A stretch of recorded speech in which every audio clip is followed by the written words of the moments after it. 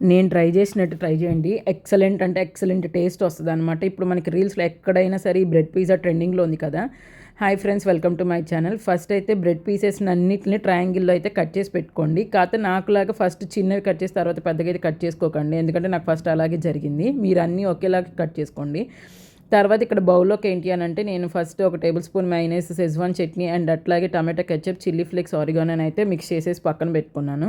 తర్వాత కట్ చేసిన పీసెస్ని అన్నిటిని బ్రెడ్ పీసెస్కి బటర్ అప్లై చేసి ప్యాన్ మీద అయితే ప్లేస్ చేశాను అనమాట. తర్వాత మనం మిక్స్ చేసిన చట్నీ మొత్తం స్ప్రెడ్ చేసుకున్నాను.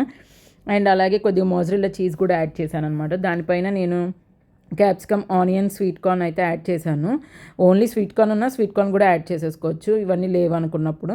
దానిపైన మళ్ళీ కొద్దిగా ఎక్స్ట్రా మోజరెల్లా చీజ్ యాడ్ చేసేసి జస్ట్ సిమ్లో 3 అంటే 3 మినిట్స్, అంతకన్నా ఎక్కువసేపు ఉంచితే బ్రెడ్ అయితే మాడిపోతుంది. లిడ్ క్లోజ్ చేసేసి జస్ట్ సిమ్లో బేక్ చేసుకోవాలి.